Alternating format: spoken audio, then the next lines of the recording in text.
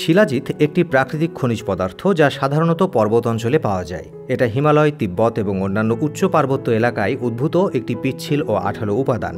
শিলাজিৎ সাধারণত আয়ুর্বেদিক ওষুধে একটি অত্যন্ত গুরুত্বপূর্ণ উপাদান হিসেবে ব্যবহৃত হয়। শিলাজিৎ কী এবং কিভাবে এটি নিষ্কাশন করা হয়? শিলাজিৎ গাঢ় বাদামি রঙের একটি বিরল দেখতে জিনিস। এটি প্রধানত হিমালয়, তিব্বত এবং গিলগিট অঞ্চলে উপস্থিত নির্দিষ্ট শিলাগুলোতে পাওয়া যায়। এটি পাহাড় এবং গুহায় উপস্থিত ধাতু এবং উদ্ভিদ উপাদান থেকে প্রস্তুত করা হয়, কিন্তু এটি এত সহজে পাওয়া যায় না। খুঁজে পেতে অনেকটা দিন লেগে যায়, তাই ভারতের বাজারে এর দামও অনেক বেশি। আসলে শিলাজিৎ একটি আয়ুর্বেদিক ওষুধ হিসেবে বিখ্যাত, যা শুক্রাণুর সংখ্যা বাড়ায়। এটি বিশ্বাস করা হয় যে শিলাজিতের মধ্যে ৮৬ ধরনের উপাদান রয়েছে। এতে রয়েছে অ্যামাইনো অ্যাসিড, লোহা, লিথিয়াম, ম্যাগনেসিয়াম, ক্যালসিয়াম, তামা, সোডিয়াম, জিঙ্কের মতো অনেক উপাদান। এজন্য এগুলো আমাদের শরীরের জন্য খুবই উপকারী এবং এর চাহিদাও অনেক বেশি। শিলাজিৎকে খুঁজে পাওয়াও সহজ কাজ নয়। আপনাকে বলি যে একটি বিপজ্জনক পথ অতিক্রম করে এবং পর্বতশৃঙ্গে আরোহণের মাধ্যমে শিলাজিতের অনুসন্ধান করা হয়। বহু বছর ধরে বিভিন্ন পাহাড়ের গুহায় বিদ্যমান ধাতুতে শিলাজিৎ পাওয়া গিয়েছিল। শিলাজিৎ আহরণের কাজ করা মানুষ বড় বড় পাহাড়ে বিপজ্জনক এবং কঠিন ভূখণ্ডের সম্মুখীন হয়। সূর্যোদয়ের আগে পাহাড়ের দিকে রাস্তা দিয়ে যান। সেখানে পৌঁছানোর পর শিলাজিৎ যে সেখানে গেলেই পেয়ে যান এমন নয়, সেখানে খুঁজতে তাদের অনেকটা দিন লেগেও যায়। পাহাড়ের চূড়ায় গিয়ে শিলাজিৎ যেভাবে আরোহণ করা হয় তার দৃশ্য এটি। দেখতে যতটা না সুন্দর, তার চেয়ে অনেক বেশি বিপজ্জনক। আপনি যদি নিজের চোখে দেখেন সেই দৃশ্য, তাহলে বিশ্বাস করুন আর না করুন, আপনিও হাঁসফাঁস করবেন। পাহাড় থেকে শিলাজিৎকে খুঁজে বের করে আনা এই মানুষগুলো খুবই অভিজ্ঞ, যাদের কাছে এলাকার প্রতিটি কোণা পরিচিত। শিলাজিৎকে গুহা থেকে বের করে আনা পর্যন্ত এটি পাথরের ভেতরে একটি বিশেষ উপাদান হিসেবে উপস্থিত থাকে।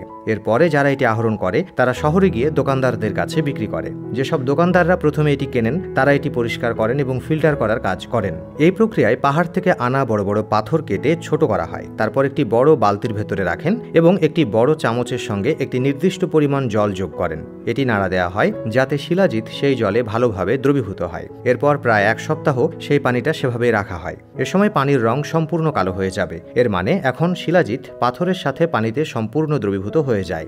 এরপরে আসে সবচেয়ে গুরুত্বপূর্ণ কাজ, এবং সেটি করা হয় শিলাজিতের জল দিয়ে। ক্ষতিকারক কণা পৃথক করার প্রক্রিয়া, যা অনেক যত্নের সঙ্গে করতে হয়। কিন্তু লোভ, তাড়াহুড়ো আর টাকা রোজগারের আকাঙ্ক্ষায় দোকানিরা এই পানি বিক্রি করছে। তারা তখন কাপড়ের মাধ্যমে ফিল্টার করে ৩ থেকে ৪ ঘন্টা সিদ্ধ করে, যাতে এটি দ্রুত ঘন হয়, এবং এতেই শিলাজিৎ প্রস্তুত। কিন্তু এভাবে তৈরি শিলাজিতের উপকারিতা কম আর অপকারিতাই বেশি। আসলে এর দুটি প্রধান অসুবিধা রয়েছে। প্রথমত, কাপড় ও জাল দিয়ে ফিল্টার করলে ক্ষতিকারক উপাদানগুলো একই থাকে, এবং দ্বিতীয়টি হলো জলে শিলাজিৎ ফুটিয়ে ঘন করার ফলে এর সমস্ত খনিজ উপাদান হারিয়ে যায়, এমনকি শিলাজিতের লাভও নেই। একটি আশ্চর্যজনকভাবে আঠালো এলাকার মতো রজনী পদার্থ, যাকে আমরা শিলাজিৎ বলি, এটি এমন একটি উদ্ভিদ নয় যা মাটিতে জন্মায় এবং প্রাণীজগতেরও নয়। যদি আমরা ওষুধের কথা বলি, শিলাজিৎ রেসিনের উপকারিতা হলো হিউমাস এবং সেই সাথে পচনশীল উদ্ভিদের অবশেষ থেকে তৈরি একটি অনন্য ধরনের খনিজ পিচ, যা প্রধানত হিমালয়ের পাথুরে অঞ্চলে রয়েছে। এই পণ্যটি সমুদ্রপৃষ্ঠ থেকে প্রায় ২০০০ থেকে ৬০০০ মিটার উচ্চতায় পাওয়া যায়। পুরুষদের চুল পড়া নতুন কিছু নয়, বিশেষ করে যদি আপনি পুরুষের প্যাটার্ন টাক বিবেচনা করেন। যা হোক, আজকাল আপনি একই সমস্যাযুক্ত মহিলাও দেখতে পাবেন, এবং তারা তাদের চুলের উজ্জ্বলতা এবং গুণমান হারাচ্ছেন। তারা আসলে তাদের মাথার ত্বকে যা বাড়ছে তার চেয়ে অনেক বেশি হারাচ্ছে।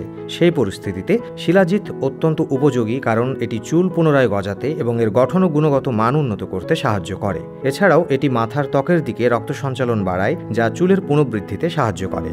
আমরা এই পোস্টটি এই বলে শেষ করতে পারি যে শিলাজিৎ একটি বিস্ময়কর পদার্থ, যা মানুষকে দীর্ঘ, স্বাস্থ্যকর এবং আনন্দময় জীবন উপভোগ করতে সাহায্য করে। এই অবিশ্বাস্য ঔষধি যৌগটি অ্যাডাপ্টোজেন হিসেবে বিখ্যাত, এবং এর বৈশিষ্ট্যগুলো স্ট্রেস এবং উদ্বেগকে স্বাভাবিক করার জন্য নিখুঁত।